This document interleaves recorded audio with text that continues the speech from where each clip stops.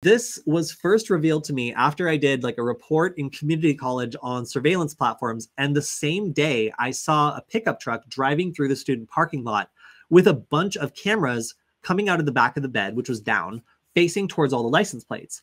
And I realized that that was a data broker. And they were basically driving around and recording student license plates and selling them to repo companies or networks of like repo bounty hunters who would come and immediately tow the car in order to collect a bounty. So I had no idea that like this level of surveillance had become so popular that it was now like privatized, where a guy in like a specialized rig was like driving around and, you know, like making this data available to people who really, really wanted information about who was parked at the Pasadena City College student parking lot. Probably because a disproportionate amount of students had not paid their like loans on their car. So I don't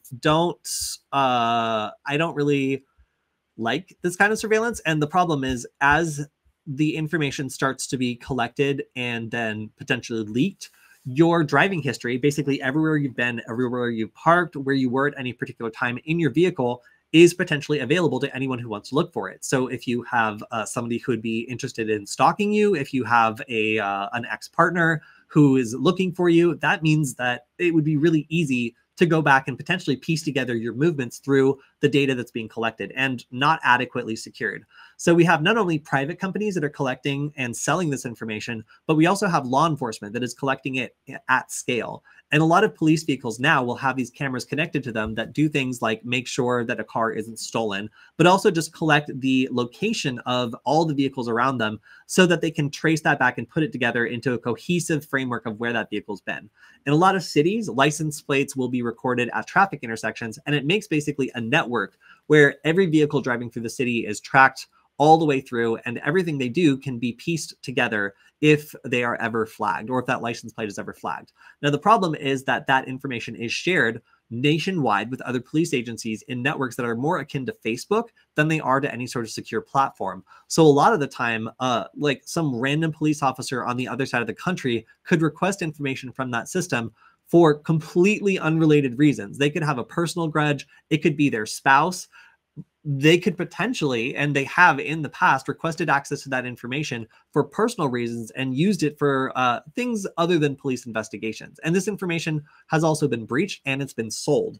So access to that level of granular surveillance over a person's movement, especially in a city that is very car bound, like Los Angeles, for example, is a big deal. And you should be aware that you can no longer just, you know, drive around in a city and expect that you are not being watched all the time that you are going through a traffic intersection that is using one of these automated license plate readers, or anytime you drive by a police officer who has one of these cameras installed on their car. Your location has been permanently recorded and will probably be shared and possibly even breached in the future. Some other thing to worry about, I guess, not only all the things that you yourself put out into the universe as far as data to worry about, but also the massive amounts of information that are being collected both privately by, for example, malls, but also by police agencies who are scanning license plates and then selling that information. And yes, malls have also been implicated in installing these cameras and monetizing their parking lots by selling the data to anybody who's interested. This could be law enforcement, and it's also been immigration. So a lot of really weird places that this data is going, and it's becoming increasingly popular to harvest this. So if you don't think that some like a dash cam company hasn't thought to scan this data automatically and sell it to law enforcement, it's happened. It's happened and probably happening.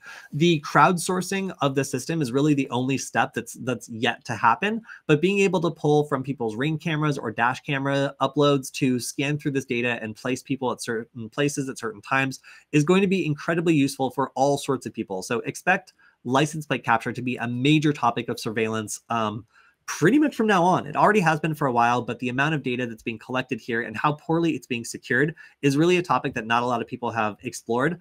But yes, in most American cities, you're being watched all the time, especially while driving, and that location doesn't go away, and it's accessible to probably more people than you think.